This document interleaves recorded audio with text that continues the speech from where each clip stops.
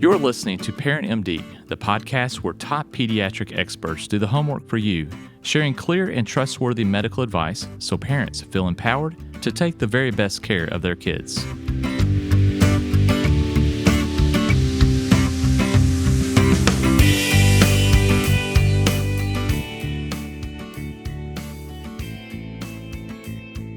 Well, welcome to ParentMD. We're doing a little part 2 of the podcast today because we have you in to do a video course with us today. We're talking all things mental health and how parents can help their children be mentally healthy. I have learned so much from you already. So I asked Josh, hey man, can I interview her? Because as a mom, I have questions and I think my other mom friends need to know this.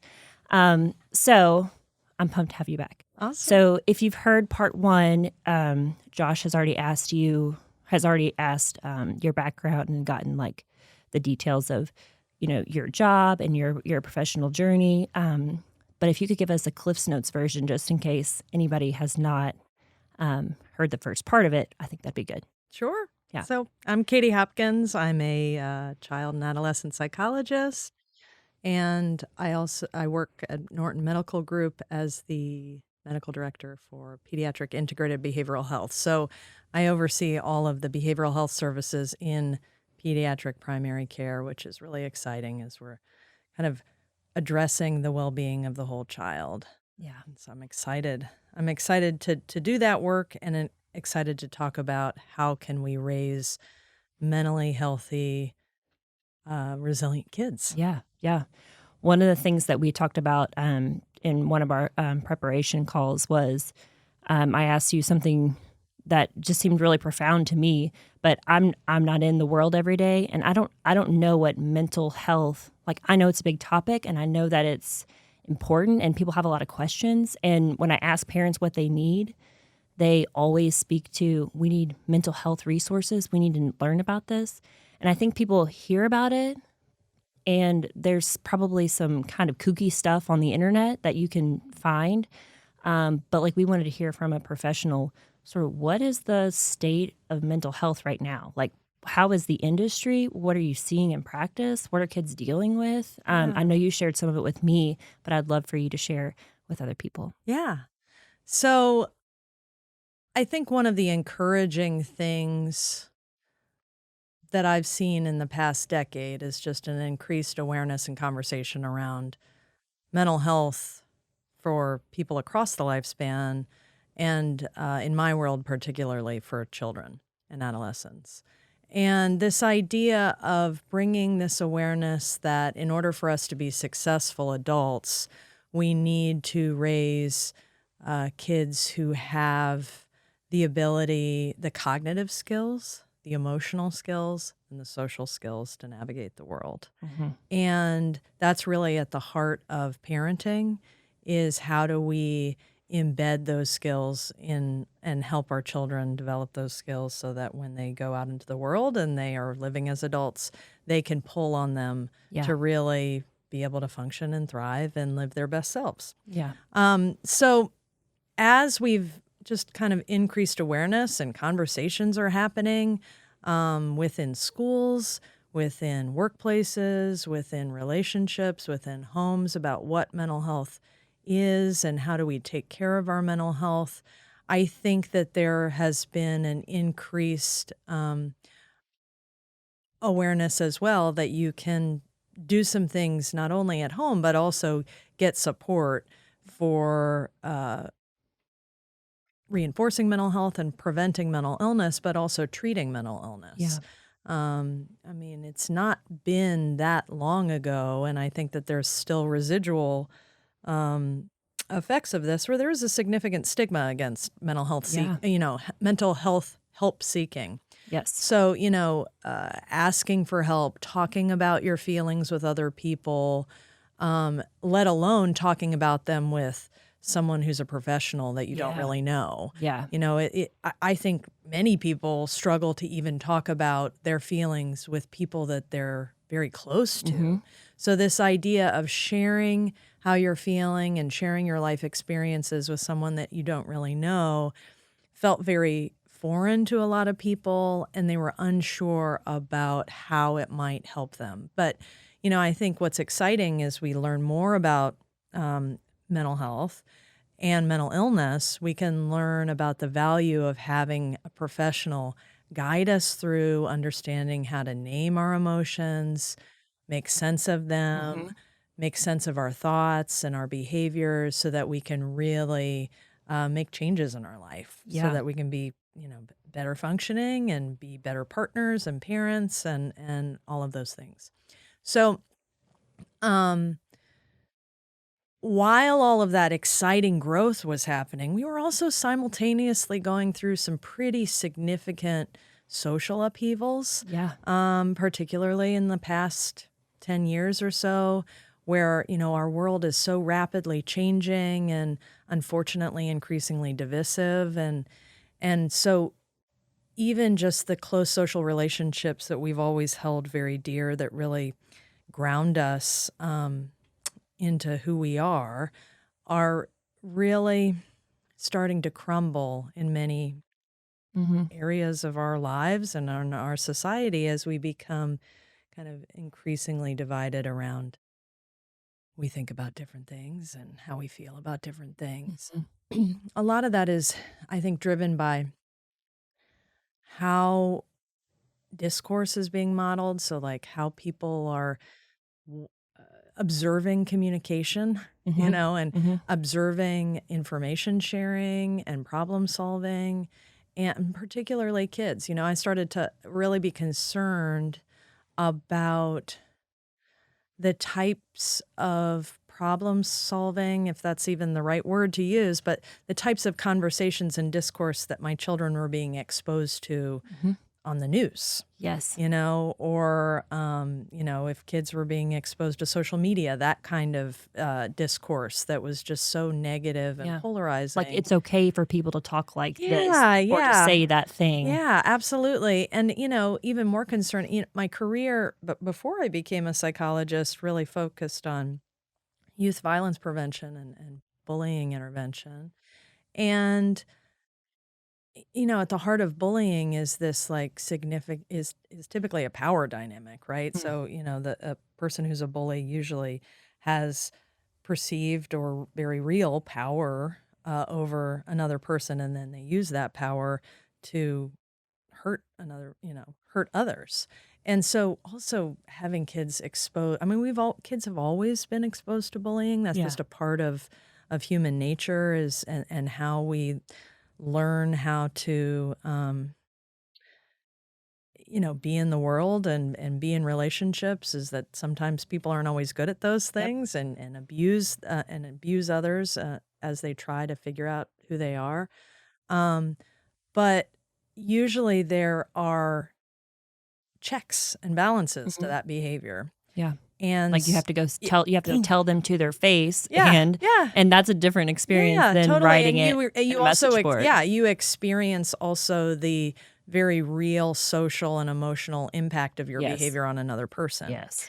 And we're just seeing more and more this separation from that impact, and also seeing people that are in positions of power who are shielded from that impact. So it doesn't really matter what they say to other people or what they do to other people. It can really hurt others.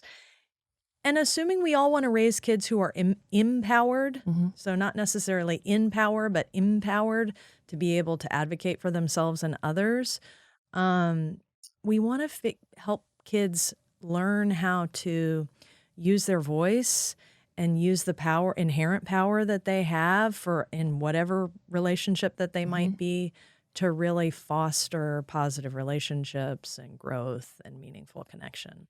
And so I think that that's really been challenged over the past decade or so.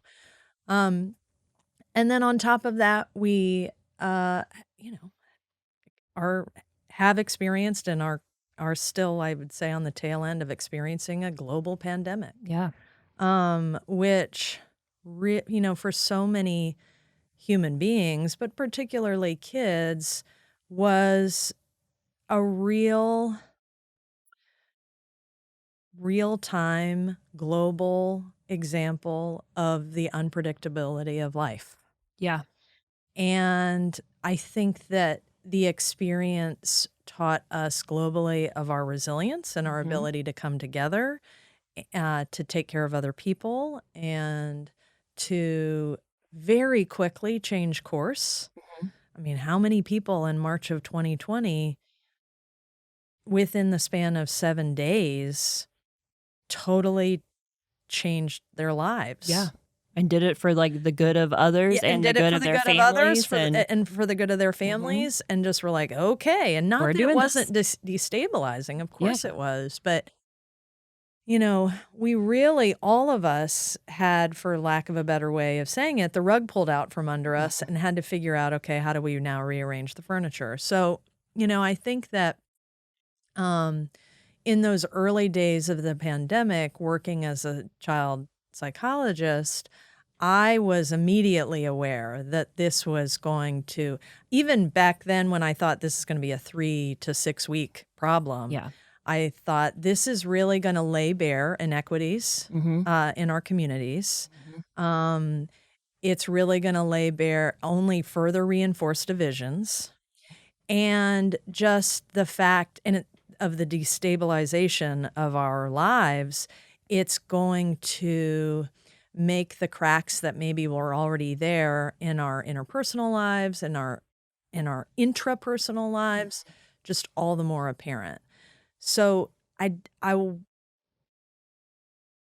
I really started to have conversations early on with other psychologists, other physicians, other parents about we need to be doing things today to prepare for the outcomes of what is unpredictably the future. Yeah. So we need to be reinforcing stability and resilience in our families and our own selves right now to prevent mental health problems from happening. But we also need to be creating systems of care that currently aren't in place to take care of what will inevitably be a lot of people struggling. And I think even I knew, I mean, I had a 6-month-old at home, so Yeah. I wasn't really thinking, his mental health well-being. But as soon as we went back for the 1-year and 2-year checkup, they were telling me, hey, you should expect these types of delays. And kids are really feeling it socially because we didn't see family. Like, we didn't see anybody. Yeah. We saw a select few people, Yeah. but like we didn't go to the huge gatherings for a period of time. And, I think even then at that time, I knew that it was not just that it was going to take us a while to get out of the hole, to get out of the feelings and to deal emotionally with what happened. And I could only imagine if I went through what I heard was trauma almost of teaching your kids at home and having the kids at home and still having to do school and a job. Like, thank God my kid was only 6 months at the time, because I can't really imagine the weight of that. Yeah. Absolutely. So many people had it. It was so, it was so stressful. I mean, it also required of us collectively to really pull on our adaptive emotion of anxiety. So we all necessarily had to turn up the volume of our baseline anxiety in order to stay alive. I mean, like that was that was at the core, and keep our kids alive. Yeah. Right. Like that was at the core of, of what we were experiencing globally, was just the necessity of having that emotion be ever present to ensure that we took the steps that we needed to take to keep ourselves safe. And in a typical person's life that is relatively stable and predictable, our emotions come and go. Yeah. And serve us throughout the day and throughout the week in our lives to really help us make sense of the world, respond to the world, attune to our own feelings and the feelings of others, so that we can feel happy and fulfilled, and Mhm. and it's normal for anxiety and anger and sadness to come and go just like happiness does every single day. Mhm. So when we have to rely on one emotion predominantly for a period of time to just get through the day emotionally and physically, it wears on us. Mhm. And that would be true of any of the emotions, including happiness. If we were happy all the time, Yeah, that's it exhausting. would be exhausting. Mhm. Yeah, yeah. And we would lose sight of a lot of important things. Yeah. So it's not good for us to experience one emotion Mhm. significant, like all the time. Mhm. And even if it's the emotion that's keeping us alive. So as our lives did start to become more stable and more predictable, and we started to kind of understand the course of COVID-19, and also understand how we could go back into our lives in a safe way, so many people understandably had a really hard time regulating back down to their baseline, Yeah. turning down the intensity of that anxiety. And anger is fear's bodyguard. Mm. So, people were also increasingly angry Mhm. because they're like, I'm tired of being afraid all the time. Yeah. So I'm going to have my anger come in and take its place so that I can feel like I can have more power in this situation. Mhm. Because worry and anxiety really pulls on us to feel out of control Mhm. and of our situation. And planning and preparing and doing all the good things that we do in response to our anxiety typically are what helps. But when you can't plan Mhm. and you can't prepare, that's when the bodyguard comes in. Yeah. Yeah. Makes sense. So, as I anticipated, started to see more and more kids coming to see me with great difficulty regulating their anxiety and their anger. And it was already had started to snowball, mental illness and distress started to snowball before 2020. Mhm. And then that just only, really created an avalanche. And so as a psychologist, it only further pulled back the curtain on uh, inequity in access to care. We just don't have enough mental health providers Mhm. to meet the need for our society. Some of that has to do with not having enough people going into the field itself. Some of it is just purely a numbers game. Mhm. And as a child and adolescent psychologist, I've always approached my work from a place of prevention Mhm. and healthy development, and how if we can foster healthy development, especially in early childhood, we can really prevent significant mental health issues from occurring. So I started to think about, we don't have the numbers of professionals out there to meet this need. Right. How can we empower families and parents and schools and community members to prevent mental illness from happening while we're experiencing a crisis?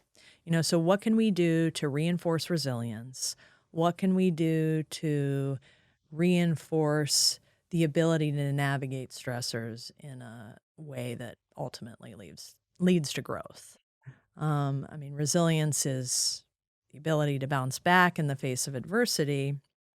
Communities can be resilient, families can be resilient, individuals can be resilient. And we are oriented towards resilience. Our brains and our bodies and our hearts are made to bend and not break. Mhm. And so that is our natural orientation.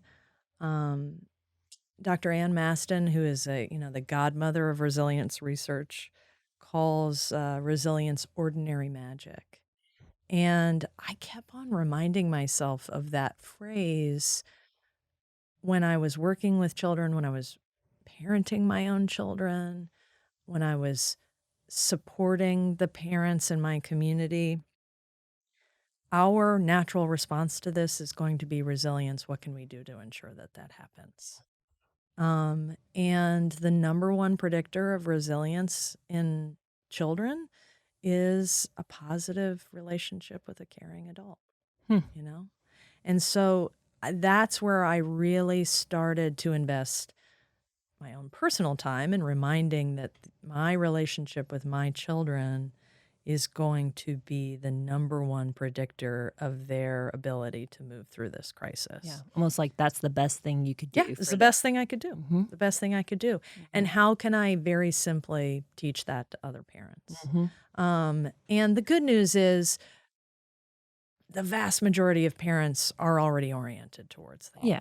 But it's reminding them, you've got this, right? Like you already have the very foundational building block to your child responding well to this, and it's your relationship with them.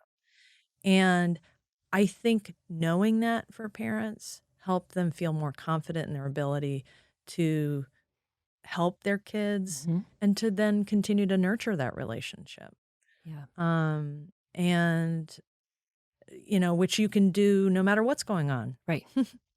Right. You don't need any special tools. You don't need any special training. No. It's at its core very simple. Yeah. The idea of it. Yeah. Yeah, the idea of resilience and building resiliency, I think I had always known, and I, of course, follow the people on Instagram, and they were saying, don't when your kid falls, because my kid's younger, he's 3. When your kid falls, don't immediately run and pick him up. Let them tell you how they feel, you know? And so that was a, knee-jerk reaction is to run and pick him up really quickly. But I had to coach myself, my husband, the grandparents, all of the caretakers. Hey, he's got this. He will let you know if he's hurt. Yeah. But you got to let him know. Like otherwise it's a big dramatic scene.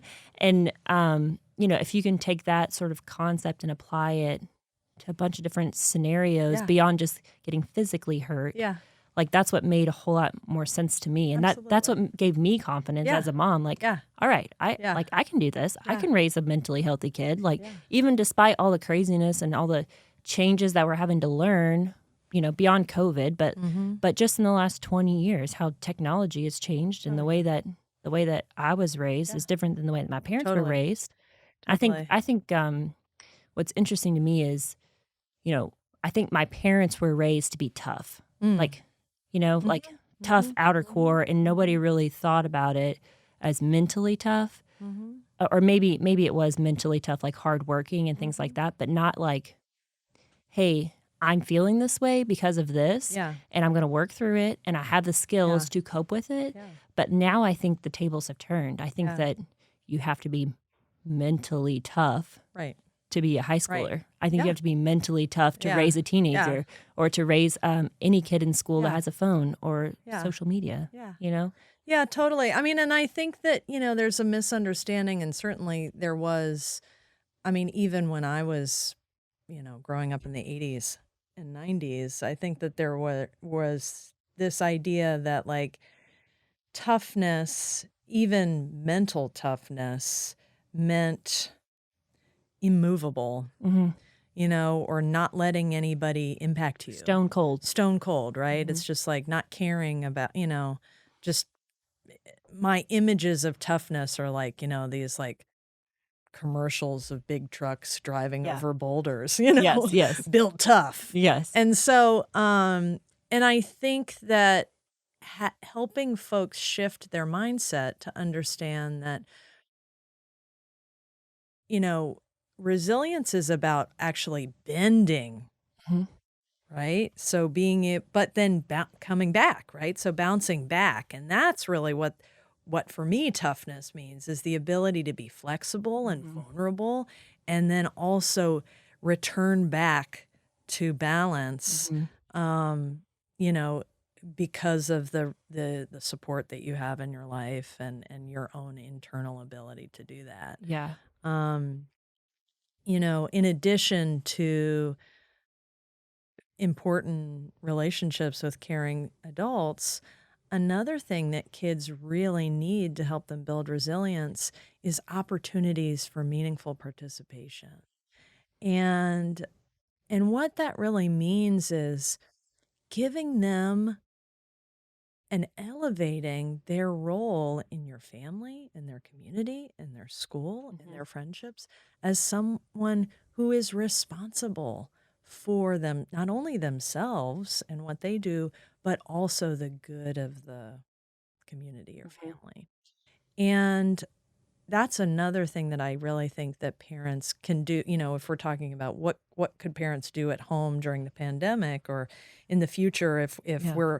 if we lose all of our external resources and it's you know on us to figure out what to do, you can include your 2-year-old in the household, Yep. right? You can let them know from a really early age that their role in the family is super important Mhm. and that they can be helpful Mhm. at taking care of themselves, Mhm. but also taking care of the house Yeah. or their classroom. Yeah. And that their jobs are just as important as anyone else's, even if at 2 it's, putting Well, forks and on the table. I think at like 2, well, even at 3, Mhm. he loves to help. Oh, yeah. And like that to me is okay, this Yeah. is that because kids are so innocent. Mhm. Like this is human nature Yeah. at its core. Yeah. They love to help. Yeah. They're actually very caring. Yeah. They're working through how to handle their Yeah. emotions, but like they love to help. They love to love help. to fold the socks. They right. love to break something to mom. Yes. Like Yes. and so just let them know, hey, this is now your responsibility. It's not a chore, but this is your role. You play a vital Yeah, role I need in your help. making this go. I need you to help me do this. Yeah, absolutely. I mean, and even when you have an infant, you can include them in conversations to let them know that their opinions are important. And that may sound silly, but actually, um, talking to your child, even when they are in the womb and, when they're an infant, is significantly correlated with their IQ. So That's insane. the more words that are spoken in conversation to a child, the higher their IQ points are going to be. So we know that, of course, there's genetic factors that are linked to IQ, but for years, psychologists have tried to understand what are the other contextual factors that explain group differences in IQ, and we've gotten it wrong over and over and over again. And more recently, we've figured out that one of the things that is one of the greatest predictors of intelligence in children is how many words are spoken to them by another human being in conversation, That is crazy. starting from infancy. And so, when you've got this baby in a car seat and you're at the grocery store saying, well, what do we have to get today for dinner? We got to find some apples. We got to find some carrots. Okay, help me find the bread. And of course, you've got this child who's not talking back to you, but is certainly interacting with you and listening to you and learning language. That also sets up for their participation in helping you. Yeah. So that when they're 2 and 3, they can go and find the apples and find the bread for you. And, I think we grossly underestimate children's ability to take care of themselves and to help with other things, help around the house or help take care of other people. I remember so clearly my daughter, who is 12 now, but when she was in preschool, we had her in a Montessori preschool, which is very much about teaching self-efficacy and through what they call works. And so it's like, just tasks like folding towels and Every day. yeah, exactly. important Pouring things. water out of a pitcher and different things like that. So the first Thanksgiving after she had been enrolled in this preschool, I asked her if she wanted to help set the Thanksgiving table. And she was 3. And, you know, in my mind, I was thinking she can put the napkin. I'll give her napkins and Yeah. I'll walk behind her and like tell her where to put it. And then I'll give her the place setting and tell her where to do that. Well, I got distracted by something and I ended up, I walked out of the room and then I came back to a perfectly set table, Oh my including gosh. place settings. Oh my gosh. Which, unbeknownst to me, she had been practicing every single day. And I was like, oh, that's why they wanted me to send to school every day a placemat, a napkin, a fork, spoon, and knife. Because they set the table every day. Because they set their own place setting every day. Wow. And so all I had to do was ask her to do this. And then right away she showed me. And it was that year that we started including her in helping wash dishes, because she was also learning that at school, was how do you wash a cup, a glass, and dry it. And I think that there's so many parents who would be like, I have a 3-year-old. I would never let them touch a glass. Yeah. 2 hands, Two please. hands, right? But this just reminded me of like, if we take the time to trust our children's ability to do something and to teach them and to model it, not just say, watch me do this, but to do it beside them and be patient. Let them figure it out. We can really start engaging them in those tasks at such a young age. And that is such an important developmental and emotionally resilient opportunity for kids. Yeah. So many kids that I work with that are struggling with resilience, particularly in adolescence and early adulthood, one of the missing links in their childhood and early adolescence was those opportunities. They really had very caring, well-meaning, emotionally responsive parents who prioritized, who basically told their children, your job is to be successful. Your job is to do well at school. School is your job. And I'll take care of everything else so that you don't have to worry about anything else. And when then they were worried about something, because worry is normal, parents would say, don't worry about that. I'll take care of it for you. And then they became older adolescents and adults where parents were like, okay, your turn. You're 18 now. Good luck. And then these kids are like, I don't know how to do my laundry, let alone solve a relationship problem or to advocate for myself with a professor. And I would imagine that they have a boss. hard time, like, even recognizing that that's the issue, Yeah. right? Like, I don't know why I'm always angry or sad, but it's really because I can't repair this one relationship. Totally. And, and then so you've got some young adults who are entitled and demanding and, assume that other people are there to serve them because in some ways that's been their experience. And then you've got other kids who are completely helpless, and do not have faith in their ability to cope with difficult things, to problem solve things, without someone who has more power than them or who's in charge taking over and doing it for them. Yeah. And those feelings are very destabilizing. I mean, just, not having a sense of self-efficacy is, can be very anxiety provoking. Yeah. Well, and I can especially imagine, like, you're 17 or 18, that you're not going to live with your parents for probably much longer, that you're moving on to do something, and then all of a sudden you're hit with life, like, oh, shoot, I have to figure out, like, all this basic stuff, let alone, like, how to just keep myself in a good spot. Like, mentally, emotionally, physically. Totally. And they haven't been reinforced with those skills up until then. They might have good study skills. But other than that, they're really stumbling blindly. And I also think that we do 18-year-olds, 17 and 18-year-olds and their families a huge disservice by perpetuating this cultural norm that we have that 18 is when you become an adult. Right. Because that is very specific to the United States, despite brain science. There's some social and political reasons why we made 18 the age of adulthood. Yeah, but it's not like you just But wake up the next day developmentally, we and are you're not good. adults when we turn 18. But we kind of propel kids towards this idea that when you turn 18, you're on your own. You should have everything figured out. You should make smart decisions from that day, and that you don't need anybody. Because we also live in a pretty individualistic society that also perpetuates this notion that you should be able to do everything on your own.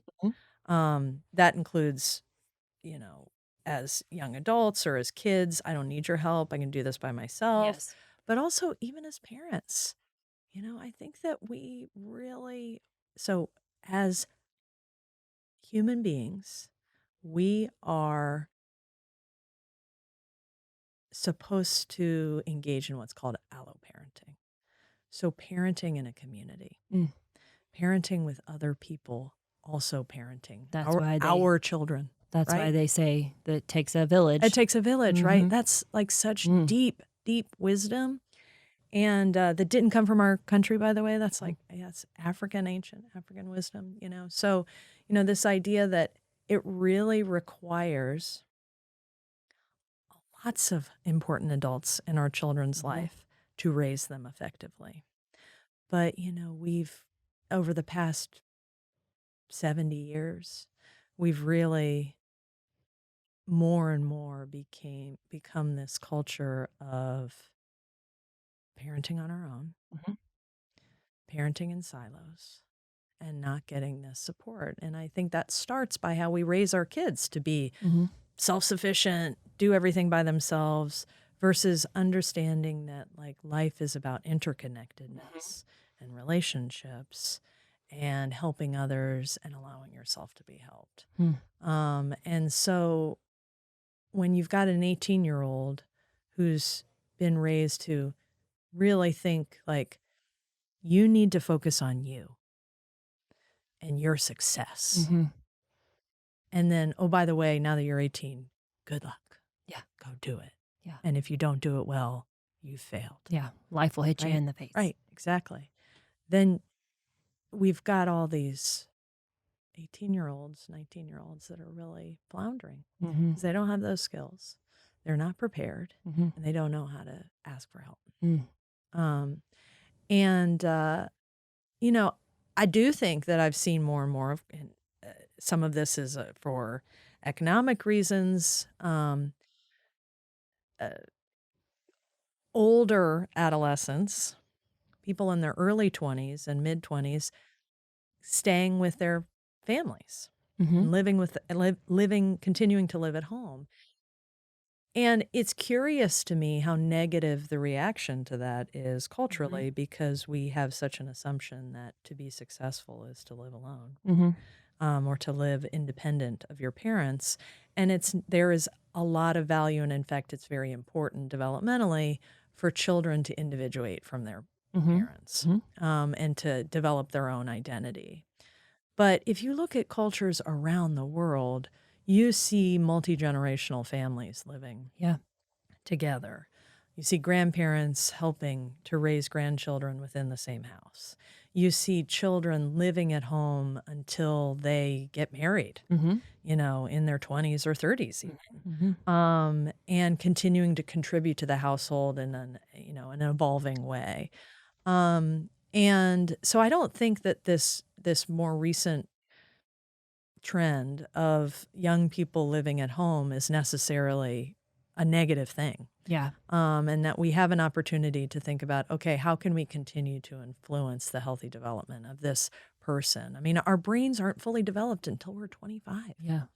That's So, insane. so it's like at 18, they still have 7 more years of their brain growth. And ideally, we want to surround that growth with fully developed brains. Yeah. Yeah. Yeah. Not just other people who are also working through the last 5 years. it, right? Yeah. Those are important too. Those relationships are very important. But, I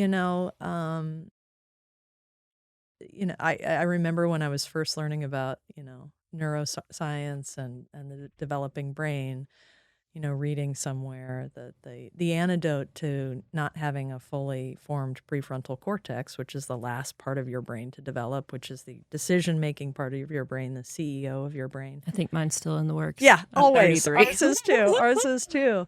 But, the antidote to that is hanging out with someone with a fully formed prefrontal cortex, right? So hanging out with people who are developmentally more mature, that can model good decision making, and for a lot of people, that's their family. Yeah. And their community of mentors and teachers.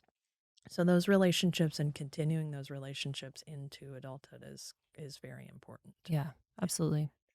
Yeah, the whole idea of resiliency really hit home with me when we first talked about it. So we put together a blog, and I'll link it in the show notes. But it just based on our conversation that day. But if me as a parent, if this is my first time talking to you, and the parents that you see every day, what sort of tools or tips do you tell them? What are some very practical things that they can do? Have a relationship with their child, talk to them when they're younger, but especially like I'm thinking the kids that are in school that are like dealing with social media, that are dealing with the weight of the world and not really knowing how to talk about it, not in a forum or not in a, blind, how do you say it? Social media, but, in social media, you're behind a door, basically, and you don't have to say something to somebody's face anymore. And I think that's a big weight for people. But what would you tell parents who just want to raise mentally healthy children? They know that there's a lot going on, but what are some like basic things? To me, I think it's what happens in the everyday that really like changes the trajectory of your kids' mental health, physical health. Just like you're supposed to work out 30 minutes a day. Yeah. I mean, hello. Yeah. But I think that there's something to be said for that mentally too. Yeah. So what can we do as Absolutely. parents? So before we even start to think about, how can we talk to kids about their feelings? How can we help them make sense of the world? We have to provide for them just some very basic foundational building blocks for well-being. And in childhood, because they're growing at such a rapid rate, because things are always changing and life is unpredictable and they're learning that, the very best thing that you can do for them is create predictability. Create a structure and routine that lets them know that in the very least they know what to expect that day in terms of when they're going to get up, when they're going to eat, and when they're going to go to bed. Even during the pandemic, when everything was upended and we didn't know what to expect the next day, those basic building blocks could be maintained. We're going to get up at this time. Yep. We're going to eat meals at this time. And we're going to go to bed at this time. And inherent in those building blocks is also the vital importance of adequate sleep and nutrition. In general, people do not know how much sleep children need. Young, infants need 14 to 16 hours of sleep a day. We have toddlers and preschoolers who are needing anywhere from 12 to 14 hours a day. School-age children really needing 9 to 11 hours a day, and then adolescents needing 8 to 9 hours a day. And I talk to families all the time. I mean, whenever I meet a family for the first time, they may have been coming to me because their child has a significant mental illness or an emerging mental health issue. The first question I ask is, tell me about your sleep. What time do you go to bed? Do you fall asleep easily? Do you sleep through the night? What's your sleep routine? When do you get up? And if I hear that their sleep hygiene is poor, meaning the routines around their sleep is poor, they have difficulty falling or staying asleep, or they're getting inadequate number of hours of sleep, that's where I begin. Even if they may be like, yeah, but I want to talk about this other thing, or my anxiety is so bad. And I said, we could talk about those things, but in the absence of good sleep, we'll be spinning our wheels. So if I have to spend a month working with a family, and sometimes it's longer than that, just establishing good sleep, that's time well spent. So that's something that is really, really important. I believe firmly that sleep is a skill that needs to be taught. We talk about that. We talked about that in a different episode. We brought in a couple of sleep consultants, and they said the very same thing. And a few weeks later, we had a pediatrician who is also a clinical psychologist, and he says sleep is a skill. And so there's clearly some like connection that you have to teach Absolutely. them how to go to sleep and how to maintain your sleep and go back to sleep if you wake up. Yeah. So all of those things are really essential parenting tasks, is teaching children how to sleep. Yeah. And also teaching them how to eat. And teaching them how to eat on a regular basis and eat foods that nourish them and help their bodies grow and that are good for them. Yeah. And providing that food on a regular schedule, because that also regulates our blood sugar, regulates our nervous system. That fuel helps with brain growth and development, and as does sleep.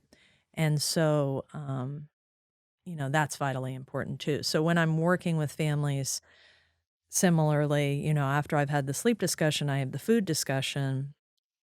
And if I hear that eating or feeding are issues, then that's the next thing that I focus on. Yeah. I'm not losing sight of their concerns about mental illness, but if you're hungry and tired, Yeah. Of course you're going to be feeling some stuff. your distress will be more significant.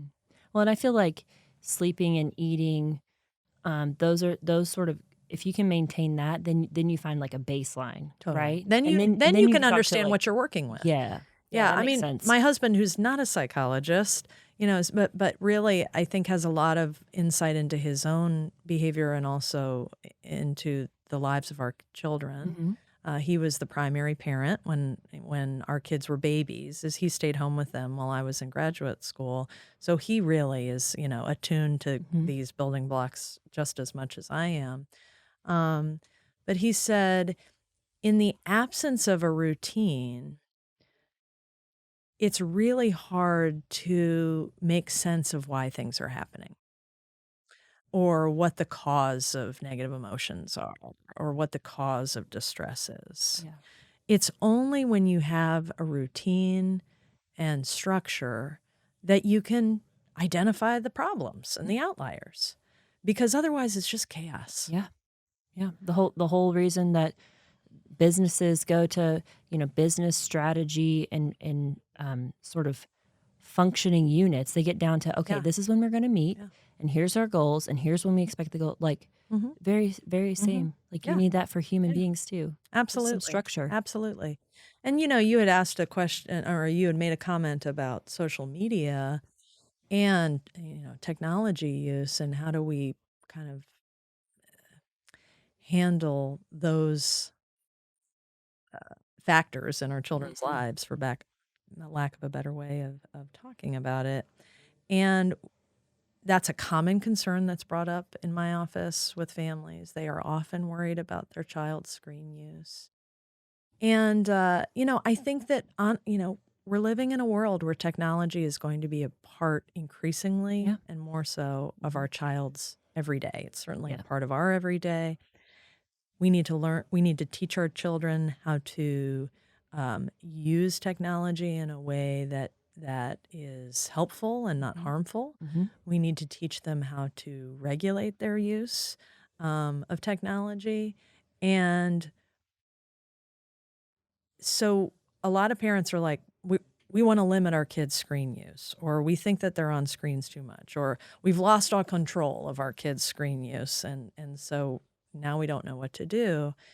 And I say, if you can commit to one change when it comes to your children's screen use, let it be that they don't use it at nighttime.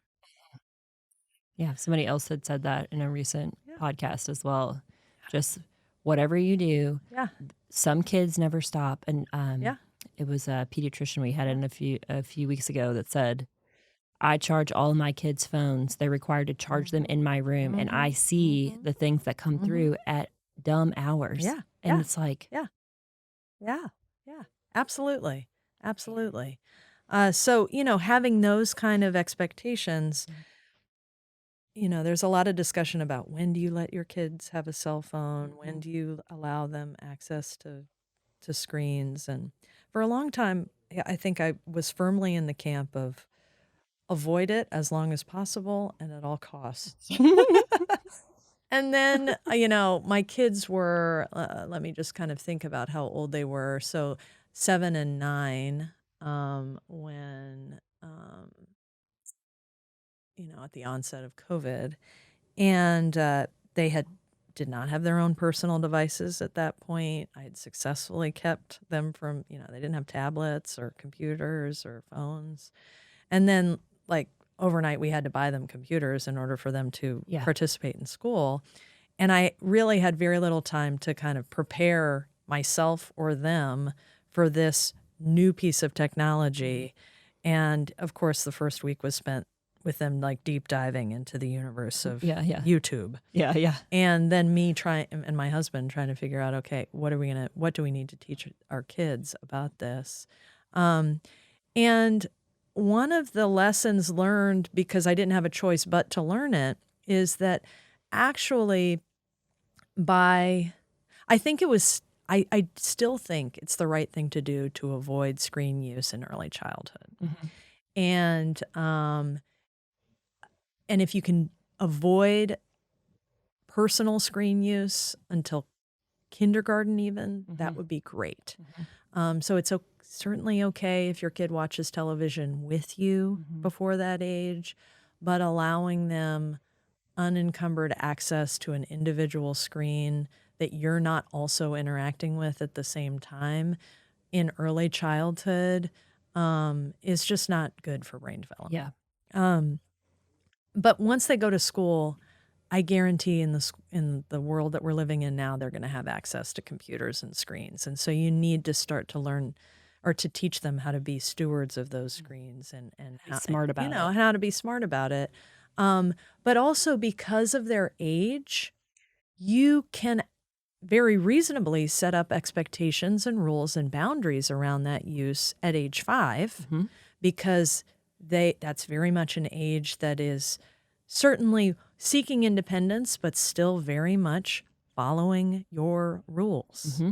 And so you can say, if you're going to have access to this device, or if you're going to use it, here are the very strict ground rules. Yep. You have to charge them in my room at night. You can only use it for this amount of time every day, and only after you've had physical exercise and you've done the things to contribute to our household and you've finished your homework. With a 5-year-old, you can state those expectations, reinforce them through routines, and develop then healthy patterns of interacting with screens that are very easy for you to maintain, even as they get older, and then maybe they have a cell phone. Giving them a cell phone at a time where they're still very much rule following allows you to set a contract with them that really is like, okay, so for my daughter, for example, got a cell phone when she turned 11 because she was going to be babysitting. And it was important that she have a phone for her own safety and the safety of the kids that she was taking care of. So when I gave her the phone, I very much was like, I will always be able to, at this age, read your text messages if I want to. Yeah. I don't routinely do that, but she knows that I can. I pay for it. Mhm. And I also, it's my job to help her learn how to use that device. And I can't help her if I don't know how she's using it. So monitoring her use. I also, when I gave it to her, said, you're not going to have any social media on this phone. And because I have I have a phone plan that allows me to restrict her to download apps. Yeah. I was able to make that rule. Yeah. And 11-year-olds just aren't ready to interact on social media. Yeah. Adults aren't ready to do that. Yes. Yeah. But it takes, Yeah. it takes cognitive flexibility and independence and Sort of like coping you got to skill. stair step it You have up. to stair step it up. You got to respect right? the It's device like, first, and then the things that are on if the you don't have device. thriving, healthy social relationships at school in person yet, Yes. that you're sustaining and working through conflicts, which you really start to do in middle and late childhood, then you're not ready to do that online. Yeah. And so you got to learn those skills in person first. Yeah. But you can really establish ground rules that are, again, going back to the structure and routine, embedded in those structures and routines, so that they know what to predict, to expect. They can predict from you consistency, and that consistency and structure and routine is really, what builds that foundation of healthy, resilient, mentally well children that are able to just navigate things that come their way that they don't expect. Yeah. And along the way, after you've built those just solid foundations, after that is when you start to really help them make sense of their emotions, understand their emotions, name them and tame them. And that, I think, from a social and emotional standpoint, is the number one job of a parent, is to help children express and understand their emotions. It's interesting because I'm 33 and I'm still working on understanding my emotions and expressing them. Yeah. And so it's been a really interesting journey so far for me to raise a child, because I'm not only raising a child, I'm also raising myself. And not that I didn't have a great childhood and great parents and all that, but it's different. I always tell people, and I never really understood why, but I always tell people I'm learning a lot about myself when I'm raising Lewis. Oh, for sure. And it's because I'm seeing me, what I say, what I do, repeated back to me, how he sees it. And so I'm like, oh, okay, I better, all the more reason I need to set a good example and be really aware of what I'm feeling. So that way, if I'm heated or mad about something, I know how to get it together so I can express it and do what I need to do to calm down, so that way he can learn that. Totally. There's nothing more humbling than having your child respond to you in a way that you have a negative reaction to. Yeah. I can't believe you talked to me that way. And then a second later, realizing that you're hearing yourself. Yes. That is you're like, extremely where did you humbling. learn that sarcasm from?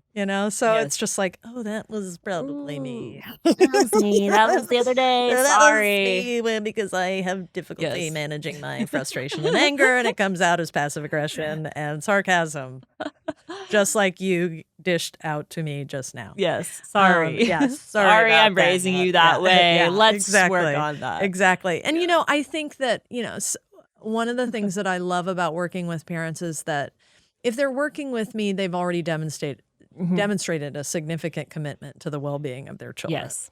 Or else they wouldn't be in my office. And I think one of the things that surprises us all as parents, and certainly with the parents that I work with, is you cannot begin to help children understand and regulate their own emotions if you can't do it yourself. The early childhood is when you co-regulate with the child, so that as they get older, they can self-regulate. Wow. In order for you to co-regulate, you have to start from a place of being able to self-regulate. You are the thermostat Mm-hmm. and they are a thermometer. Interesting. So it is your job to stay at a cool 68. And if you have a child that comes in hot at 99, there is no hope of them cooling down if you crank up the heat. Mm. So I think that that's really the hard work for myself as a parent of a young child, because it's so exhausting and so frustrating and so overwhelming, and it's constant Never every day. ending. It's Yeah. never ending. To really focus on staying regulated, noticing my own emotions, figuring out what they're about, Mhm. so that I can be present with my child and their emotions, so that their emotions, no matter how big they are, because they're so intense, kids don't know how to regulate, Yeah. so they have big feelings. We all have big feelings. We just, as adults, hopefully, we learn how to manage them and make sense of them and then take care of them. Babies and young children don't have those skills. They have to learn them. And they learn them through seeing us regulate our own big feelings, but also not get dysregulated in the face of their dysregulation. Yeah. Because that teaches them a very important, aspect of emotion regulation, which is your feelings are your feelings, my feelings are mine. Just because you're angry doesn't mean that I have to get angry. In fact, the more calm I can stay in the face of your anger, the more helpful I can be. Mm-hmm. But if we get really angry when our kids are angry, and it's funny because sometimes we get angry that they're angry about something so silly. Yeah. And it's like, okay, well then don't get angry Yeah. about it. Yeah. Parent. Yeah. You're not helping. You're not helping. So if we get angry or if we get afraid in the face of our children's anger or fear, the unintended message that gets sent is, you make other people feel this way. So when they say, Mom, you made me so mad, and you're like, this isn't my fault. It's like, okay, well, then the next time they get angry and you get angry, you have to figure that out. Mm-hmm. You got to catch yourself Yeah. in that, because when we get angry in response to other people's emotions, we are unintentionally communicating that they're responsible for our feelings. Instead of being in charge of it ourselves. Being in charge of it. And that doesn't mean that we can't have emotional responses, but we have to own them as our own. Yeah. And then regulate. So, if my kids are really angry and I notice at each other or at me, and I notice myself also feeling angry, Yep. it's my job to not only regulate, but to regulate in their presence and to make it plain that that's what I'm doing. Yeah. I'm starting to feel really overwhelmed right now, or I'm getting really angry, and I think that I need to take some deep breaths. I think I need to walk out of the room for a second and or take a walk and distract myself. Or I need to turn on some music and do a dance party. Yeah. Or I need a hug right now. And then I'll be able to help you with your big feelings. It's that thing, like if you've ever been on an airplane and they say, Mask. make sure that you put your oxygen mask on before you help those around you. And then they have a picture of an adult sitting next to a child putting on a mask on a child. And, that is a really powerful representation of parenting, is that if you are out of oxygen yourself, you will not be capable of giving your child oxygen. Yeah. Absolutely. You will be passed out. Yes. Yes. And so, I think that a lot of times I leverage parents' desire to be there helpful. to be helpful for their kids and to want everything for their kids. and say the only path for you to do that in order for you to do that, you got to start with your own well-being. Because if you're not well, you cannot teach them to be well. Yep. Empty cup cannot fill Exactly. another cup. Totally. Yeah. Totally. I love it. Yeah. Well, hey, this has been super insightful as always, but I think that everybody needs to hear this kind of stuff. I hear it in bits and pieces, of course, throughout the internet, but hearing it cohesively, I think, it is at the heart of ParentMD, but at the heart of everything that you do. Yeah. And I think that I think everybody needs to hear things like this, because I ask people all the time, why is parenting so hard? And it's hard to put a finger on it, but I think this is really close to the answer. It's because you're not just raising your sweet little baby, you're raising yourself too, and figuring out a whole different way. And it changes every all the time, every day. Which is what we're talking about in the video course. So thank you for your time. I'm looking forward to sharing this with everybody, but also sharing the video course and letting people hear about, hey, if I've got a kid this age, this is how you can help them in this specific developmental stage. Yeah, I'm really looking forward to that too. Yeah. Just walking families through at each stage of development what they can do to foster resiliency and social and emotional development. Awesome. Well, thank you, and we will talk to you soon. You're